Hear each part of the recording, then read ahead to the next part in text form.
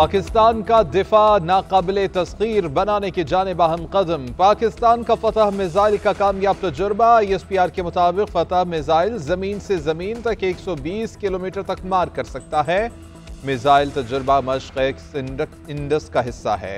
Launch का मकसद फौजियों की ऑपरेशनल तरबियत को यकीनी बनाना है। मिसाइल के जदीद नेविगेशन सिस्टम और बेहतर दुरुस्तगी समेत अहम तकनीकी पैरामीटर्स की तौसीक है। पाक फौज के सीनियर अफसरान के साथ स्ट्रेटेजिक इदारों के अफसरान, साइंसदानों और इंजीनियर्स ने मुशाहिदा किया। सदर, वज़ीर-ए-आज़म, चेयरमैन जॉइंट चीफ्स और सर्विसेज चीफ्स की मुबारकबाद। पाकिस्तान की सालमियत के खिलाफ किसी भी जारहियत को नाकाम बनाने के लिए तैयारियों पर मुकम्मल एतमाद का इजहार। पाकिस्तान के खिलाफ प्रोपेगेंडा मन घड़त और बेबुनियाद है। भारत के लिए फॉल्स फ्लैग कोई नई बात नहीं। 2019 में भी भारत ने बालाकोट में ट्रेनिंग कैंप्स का झूठ बोला था।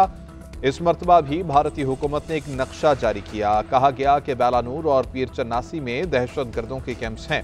वज़ीर इत्तलात अता तारड़ की LOC पर मीडिया से गुफ्तगू। कहा, हम यहाँ बैन अल-अक़वामी और मकामी मीडिया को लेकर आए हैं। यहाँ कोई कैंप नहीं, जिंदगी मामूल पर है।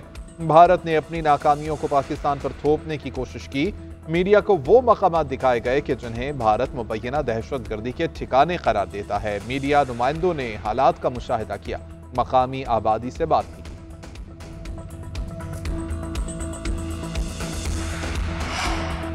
अपने हिस्से के पानी से दस्तबरदार नहीं होंगे। पानी का बहाव रोकने और रुख मोड़ने को जंग तस्वुर किया जाएगा। नायब वज़ीर-ए-आज़म इसाक डार का इस्लामाबाद में तकरीब से खिताब। कहा, पहलगाम वाक़े के बाद भारत की तरफ से सिंटास मुआहिदा रोकना हैरान कुन था। आमतौर पर बैन अल-अक़वामी मुआहिदे एक तरफा तौर पर ख़त्म या तब्दील नहीं होते।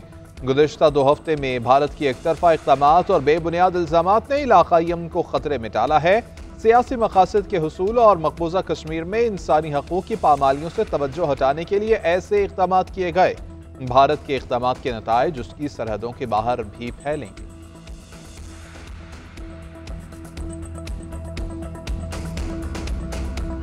चीन का भारतीय जारहियत के खिलाफ पाकिस्तान की हिमायत का ऐलान।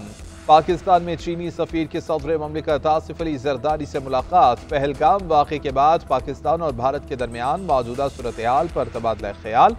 सदर का भारतीय हुकूमत के हालिया गैर जिम्मेदाराना और जारहाना बयानात पर इज़हार तशवीश। कहा कि भारत के इक़दामात से इलाक़ाई अमन इस्तेहकाम को खतरा है। चीनी सफीर ने 2 तरफा पायदार दोस्ती मज़ीद मजबूत करने का इरादा किया। कहा कि चीन जनूबी एशिया में अमन इस्तेहकाम के लिए हमेशा पाकिस्तान की हिमायत करेगा।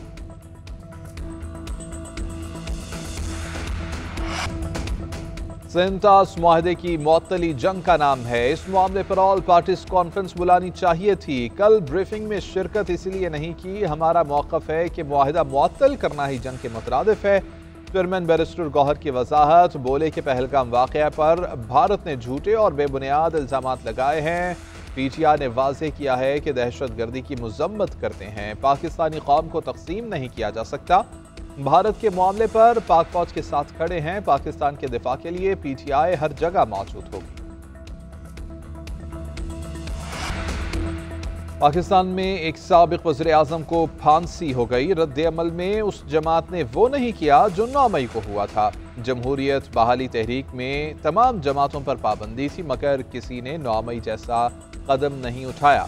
9 मई को रद्द-ए-अमल में भी हमला हुआ तो ऐसा नहीं होना चाहिए था।